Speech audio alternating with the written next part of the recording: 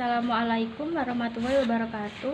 Perkenalkan, nama saya Ratna Gita Sari dengan NIM 22021020101. Di sini saya akan menjawab pertanyaan dari ujian akhir semester mata kuliah Sejarah dan Filsafat PLS. Pertanyaan nomor 1, poin A, gambar apakah itu? Berikut adalah gambar patung The Tinker. Poin B, mengapa gambar tersebut menjadi bagian penting dalam kajian mata kuliah Filsafat dan Sejarah Filsafat PLS? Karena gambar tersebut adalah salah satu patung yang disebut patung sang pemikir. Patung perunggu itu menampilkan sosok seorang laki-laki telanjang yang sedang duduk di atas batu dengan dagu bertumpu pada salah satu tangan, menggambarkan orang yang sedang berpikir keras. Nomor 2A yaitu gambar apakah itu?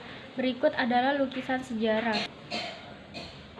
Poin B, mengapa gambar tersebut perlu dipahami oleh mahasiswa PLS dalam pengenalan sejarah dan filsafat PLS? Karena gambar tersebut menandakan lukisan yang bercorak sejarah sehingga mahasiswa PLS wajib untuk memahami gambar lukisan sejarah tersebut. Nomor 2D, apa itu sejarah PLS secara khusus?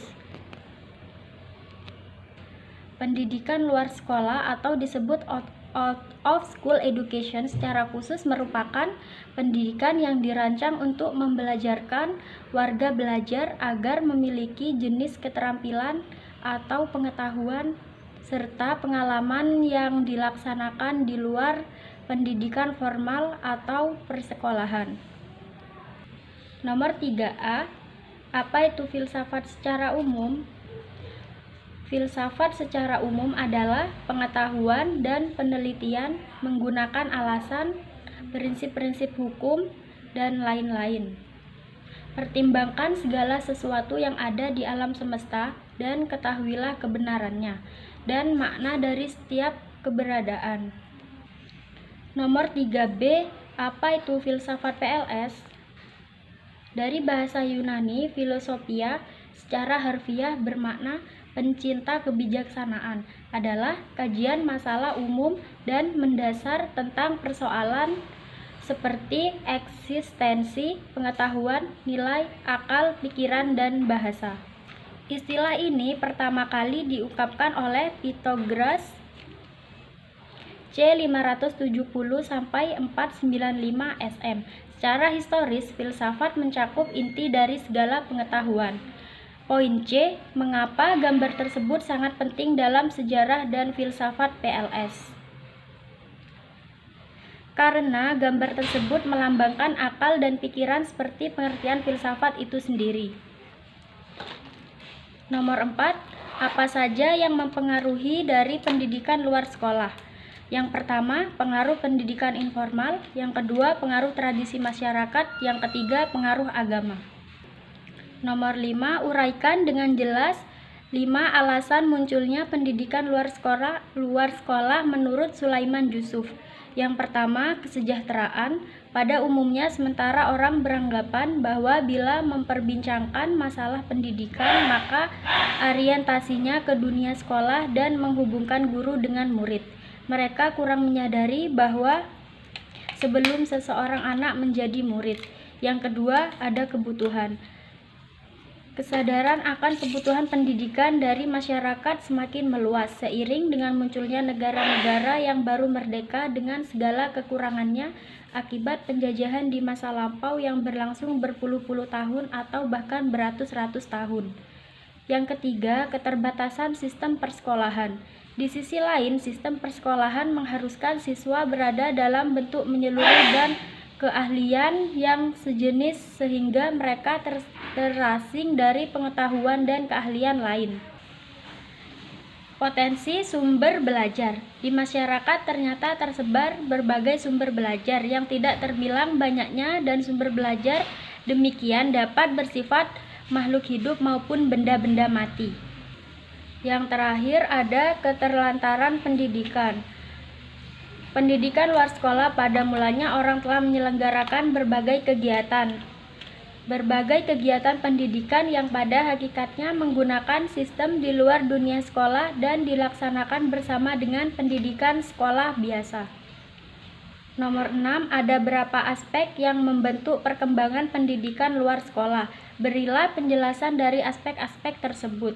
Aspek yang pertama, aspek pelestarian budaya. Pendidikan yang pertama dan utama adalah pendidikan yang terjadi dan berlangsung di lingkungan di mana melalui berbagai perintah. Aspek yang kedua, aspek teoritis. Salah satu dasar pijakan teoritis keberadaan PLS adalah teori yang diketengahkan Philip Com 1973-10. Tidak satupun lembaga pendidikan formal, informal maupun nonformal yang mampu secara sendiri-sendiri memenuhi semua kebutuhan belajar minimum yang esensial. Aspek yang ketiga, aspek dasar pijakan. Ada 3 dasar pijakan bagi PLS sehingga memperoleh legitimasi dan berkembang di tengah-tengah masyarakat, yaitu UUD 1945, Undang-Undang RI Nomor 2 Tahun 1989 dan Peraturan Pemerintah RI Nomor 73 Tahun 1991 tentang pendidikan luar sekolah. Nomor 7, pendidikan formal, informal, nonformal harus memiliki keseimbangan antara ketiganya. Bagaimanakah menurut pandangan saudara dari pernyataan tersebut? Nah, menurut saya pendidikan informal, formal, dan nonformal sangat penting karena pendidikan informal, formal, dan nonformal merupakan kunci untuk menghadirkan sumber daya manusia yang handal.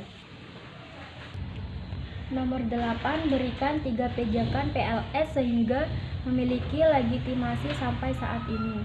Yang pertama, UUD 1945, Undang-Undang RI Nomor 2 Tahun 1989. Yang kedua, Peraturan Pemerintah RI Nomor 73 Tahun 1991 tentang pendidikan luar sekolah. Yang ketiga, Undang-Undang Sisdiknas Nomor 20 Tahun 2003 Pasal 26 tentang pendidikan nonformal.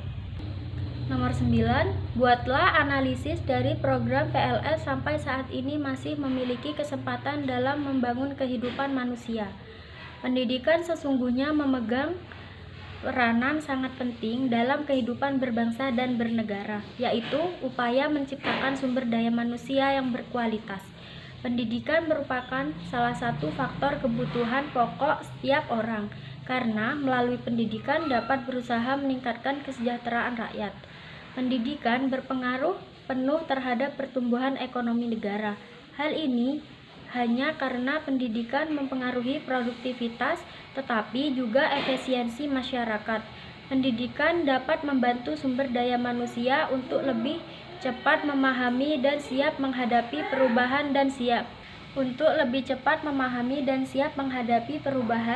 siap dalam menghadapi perubahan dan pembangunan suatu negara. Sekian dari saya, apabila ada salah kata yang kurang berkenan mohon dimaafkan. Wassalamualaikum warahmatullahi wabarakatuh.